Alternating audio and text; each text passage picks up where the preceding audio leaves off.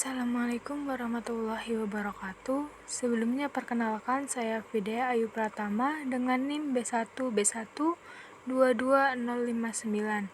Saya adalah mahasiswa dari Prodi Ilmu Pemerintahan Fakultas Hukum Universitas Jambi angkatan 2022. Video ini saya buat guna memenuhi tugas mata kuliah Tata Kelola Keuangan Pemerintahan dengan dosen pengampu Bapak Wirmi Eka Saputra. Baik, di sini saya akan menjelaskan materi terkait hutang negara Indonesia, di mana terdapat beberapa subjudul yang akan saya jelaskan. Judul yang pertama yaitu macam dan ciri hutang negara. Terdapat beberapa macam hutang negara, yaitu yang pertama hutang jangka pendek. Hutang jenis ini di dalam akuntansi disebut juga dengan hutang lancar karena biasanya punya jatuh tempo maksimal 1 tahun dan kurang dari itu.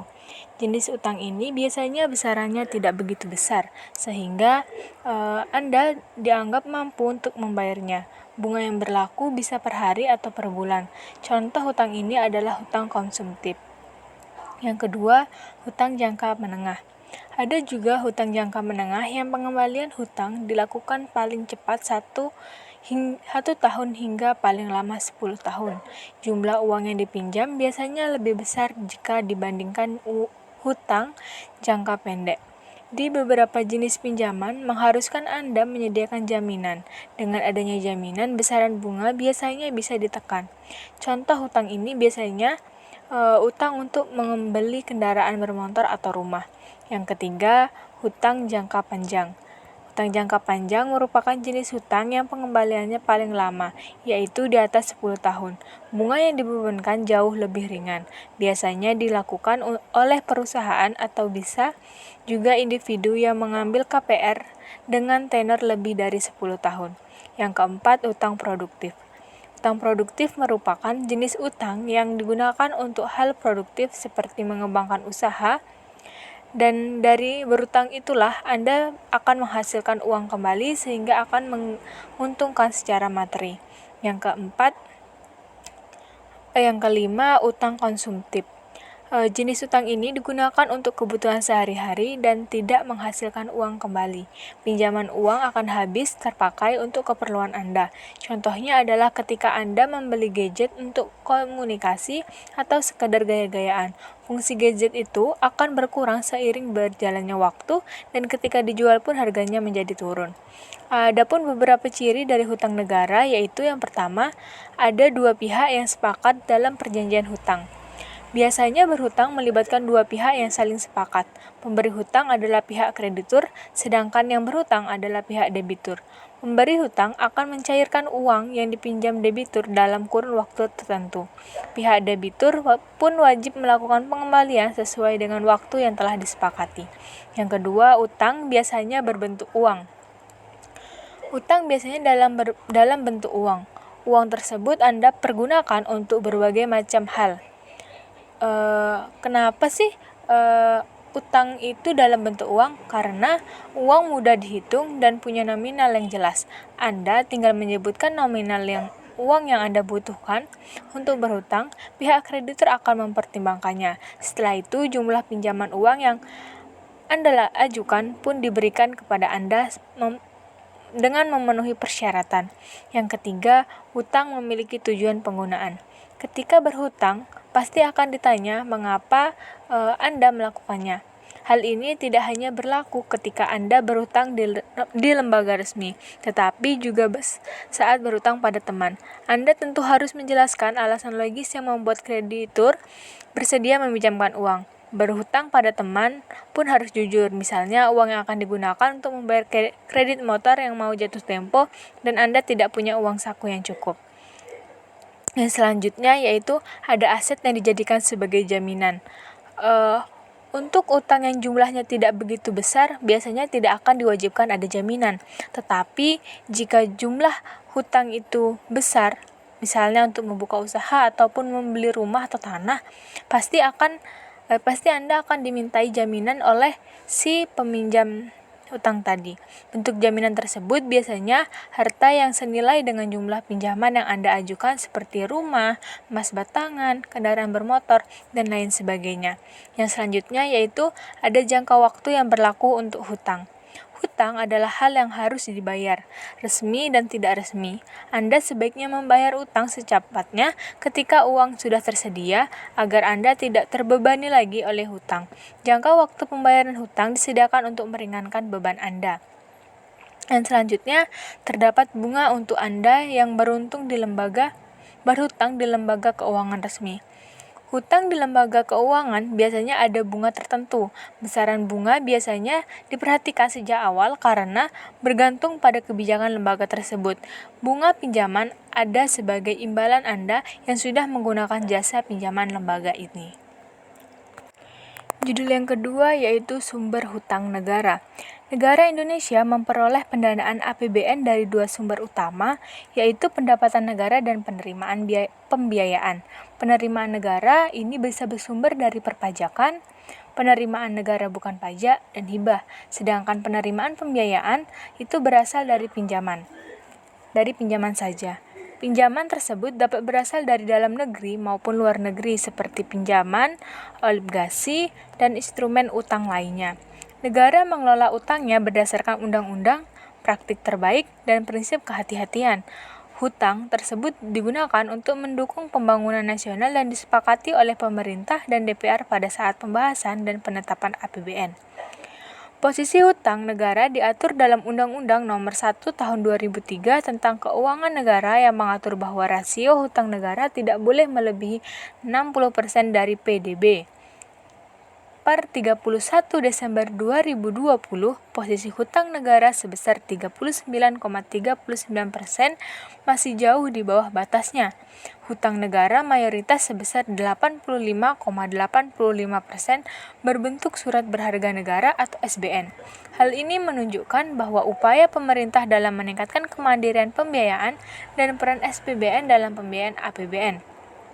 Utang negara digunakan untuk mendanai pembangunan nasional, termasuk proyek infrastruktur, program perlindungan sosial, dan program stimulus ekonomi seperti program PEN untuk melindungi, menjaga, dan meningkatkan kapasitas ekonomi pelaku usaha dalam menjalankan usahanya. Hutang negara juga digunakan untuk membiayai defisit anggaran negara yang dapat terjadi apabila belanja negara melebihi penerimaan negara. Sumber hutang negara antara lain pinjaman dalam negeri dan luar negeri, SPBN atau surat berharga negara, dan instrumen utang lainnya. Negara juga menggalang pinjaman dari dalam ataupun luar negeri, dan pembiayaan SBN memastikan defisit anggaran negara tetap terkendali dan rasio utang tetap prudent sesuai ketentuan yang berlaku. Judul yang ketiga yaitu beban hutang negara. Beban hutang negara merupakan permasalahan yang signifikan bagi banyak negara. Beban hutang negara mengacu pada jumlah hutang suatu negara kepada kreditornya. Beban hutang negara yang tinggi dapat memberikan dampak negatif pada perekonomian dan masyarakat. Berikut adalah dampak negatif dari beban hutang negara, yaitu yang pertama, menurunkan kredibilitas negara. Hal ini dapat menyebabkan kenaikan suku bunga dan menurunkan nilai tukar mata uang negara tersebut. Yang kedua, meningkatkan resiko gagal bayar. Jika suatu negara tidak mampu membayar hutangnya, maka akan terjadi krisis keuangan yang dapat merusak perekonomian dan stabilitas publik. Yang selanjutnya, mengatasi kemampuan fiskal untuk membiayai program pembangunan dan sosial. Hal ini justru dapat membantu ketimpangan dan menghambat pertumbuhan ekonomi. Yang selanjutnya, meningkatkan beban pajak. Meningkatkan beban pajak dapat menurunkan daya beli masyarakat dan menyelamatkan ketimpangan sosial. Yang selanjutnya, menurunkan investasi dan domestik. Hal ini dapat mengurangi pertumbuhan ekonomi dan menciptakan lapangan kerja yang lebih sedikit. Dalam rangka mengurangi dampak negatif dari beban hutang negara yang tinggi, pemerintah perlu melakukan kebijakan yang tepat dan efisien. Di sini terdapat beberapa kebijakan yang dapat dilakukan oleh pemerintah, yaitu yang pertama, mengurangi subsidi yang tidak efektif, yang selanjutnya meningkatkan penerimaan pajak, mengurangi pengeluaran yang tidak penting, melakukan restrukturisasi hutang, dan meningkatkan produktivitas ekonomi untuk meningkatkan kemampuan fiskal negara. Materi yang keempat yaitu masalah pengelolaan hutang negara. Pengelolaan hutang negara adalah masalah yang kompleks dan memerlukan perhatian yang serius. Berikut adalah beberapa masalah yang terkait dengan pengelolaan hutang negara, yaitu produktivitas hutang. Pemerintah seharusnya lebih bisa mendorong sektor-sektor penghasil falas seperti ekspor dan devisa dari tenaga kerja. Yang selanjutnya, dampak hutang pada pertumbuhan ekonomi. Sudah menjadi kondisi bahwa hutang negara dapat memberikan multiplier efek terhadap pertumbuhan perekonomian dan dapat meningkat. Yang ketiga, beban hutang. Indonesia memiliki beban hutang yang berat dengan bunga sebesar 373 triliun per tahun. Hal ini dapat menimbulkan kekhawatiran dan memerlukan mitigasi dan pengendalian yang hati-hati. Yang keempat, negosiasi hutang. Jika Indonesia memiliki beban hutang yang berat, maka bisa meminta keringanan kepada kreditur agar pembayaran bunga hutang dapat ditunda hingga beberapa tahun ke depan. Yang selanjutnya, pengelolaan keuangan. Masalah pembiayaan pembangunan merupakan masalah dalam manajemen dan pengelolaan keuangan negara. Yang selanjutnya, defisit neraca transaksi berjalan. Hal ini memerlukan pengendalian yang hati-hati terhadap defisit neraca transaksi berjalan. Dalam rangka memitigasi dan mengendalikan hutang pemerintah, beberapa kunci yang dapat dilakukan antara lain memberikan negosiasi hutang dengan segera, melakukan pengendalian defisit neraca transaksi berjalan, dan terus masuknya hutang luar negeri dengan persyaratan lunak dan meningkat. Pengelolaan hutang yang buruk dapat menimbulkan dampak negatif dalam perekonomian nasional. Berikut beberapa dampak buruk pengelolaan hutang negara terhadap perekonomian nasional, yaitu yang pertama, inflasi. Jika pemerintah terus mengeluarkan uang untuk membiayai pengeluaran, maka jumlah uang yang beredar di masyarakat akan meningkat. Hal ini dapat menyebabkan inflasi yang berdampak pada menurunnya daya beli masyarakat dan merosotnya pertumbuhan ekonomi. Selanjutnya, menurunnya investasi. Pengelolaan hutang yang buruk dapat menurunkan kepercayaan investor terhadap perekonomian suatu negara. Hal ini dapat menyebabkan menurunnya investasi dan merosotnya pertumbuhan ekonomi. Yang selanjutnya, meningkatnya penurunan. Pengelolaan hutang yang buruk dapat menyebabkan pemerintah harus memotong anggaran untuk sektor tertentu seperti sektor kesehatan dan pendidikan. Hal ini dapat menyebabkan meningkatnya kemiskinan dan menurunnya kualitas hidup masyarakat. Yang selanjutnya, crowding out. Peningkatan hutang negara dapat menyebabkan crowding out pada sektor swasta yang ditandai dengan meningkatnya suku bunga. Apabila pengelolaan hutang tidak dilakukan dengan baik, maka sektor swasta akan kesulitan memperoleh pinjaman dengan bunga rendah. Hal ini dapat menimbulkan menurunnya investasi dan merosotnya perekonomian ekonomi. Yang selanjutnya, krisis ekonomi. Pemerintah akan menerima pembayaran hutang tersebut sehingga hanya sedikit dari APBN yang dapat dialokasikan untuk pembangunan. Materi yang kelima yaitu hutang luar negeri untuk pembangunan ekonomi. Hutang luar negeri dapat dimanfaatkan untuk mendukung pembangunan ekonomi suatu negara termasuk Indonesia. Hutang luar negeri dapat digunakan untuk membiayai sektor produktif dan belanja prioritas seperti sektor jasa kesehatan dan kegiatan sosial. Administrasi pemerintah, pemeliharaan dan jaminan sosial wajib, jasa pendidikan dan konstruksi. Pemerintah Indonesia terus berkomitmen untuk mengelola hutang luar negeri secara berhati-hati, efisien dan akuntabel termasuk menjaga kredibilitas dalam memenuhi kewajiban pembayaran pokok dan bunga secara tepat waktu. Beberapa penelitian menunjukkan bahwa adanya hubungan antara hutang luar negeri dengan pertumbuhan ekonomi suatu negara, maka hutang luar negeri dapat mendorong pertumbuhan ekonomi melalui penambahan faktor produksi modal. Namun terdapat juga penelitian yang menunjukkan adanya pengaruh negatif hutang luar negeri terhadap pertumbuhan ekonomi. Oleh karena itu, kebijakan fiskal yang salah satunya Kebijakan utang luar negeri seharusnya dilaksanakan untuk mendukung pertumbuhan ekonomi dan kesejahteraan masyarakat.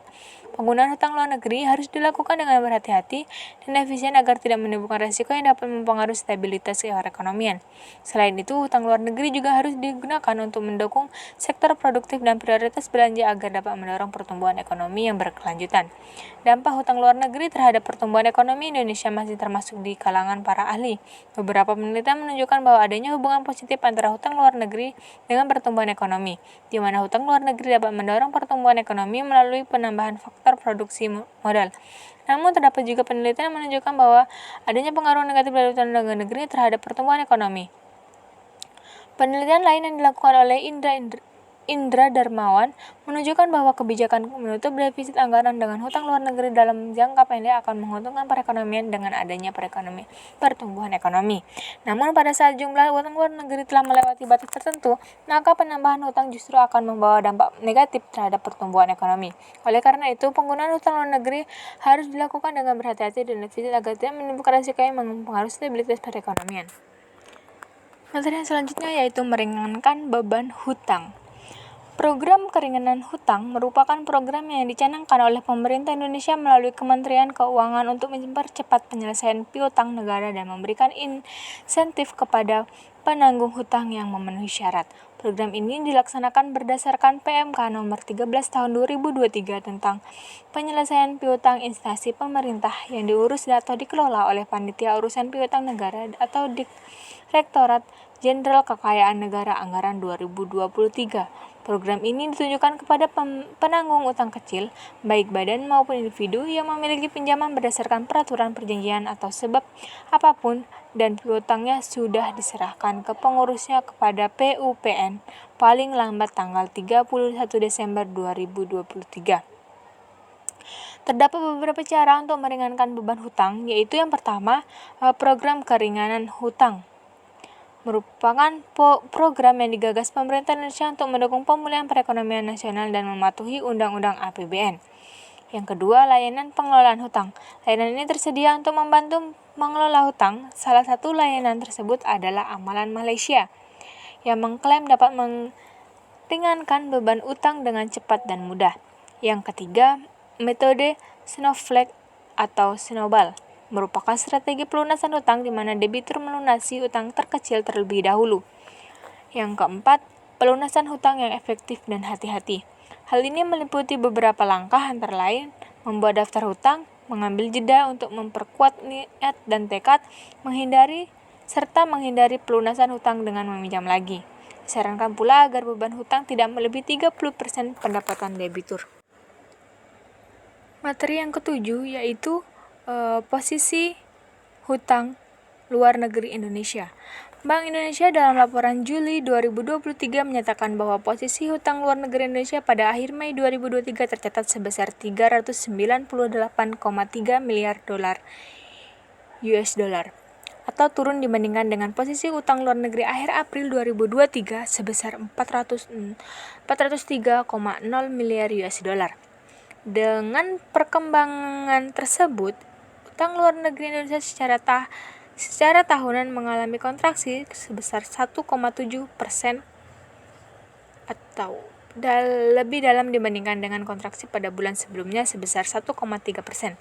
Kontraksi pertumbuhan hutang luar negeri itu utamanya bersumber dari penurunan hutang luar negeri sektor swasta.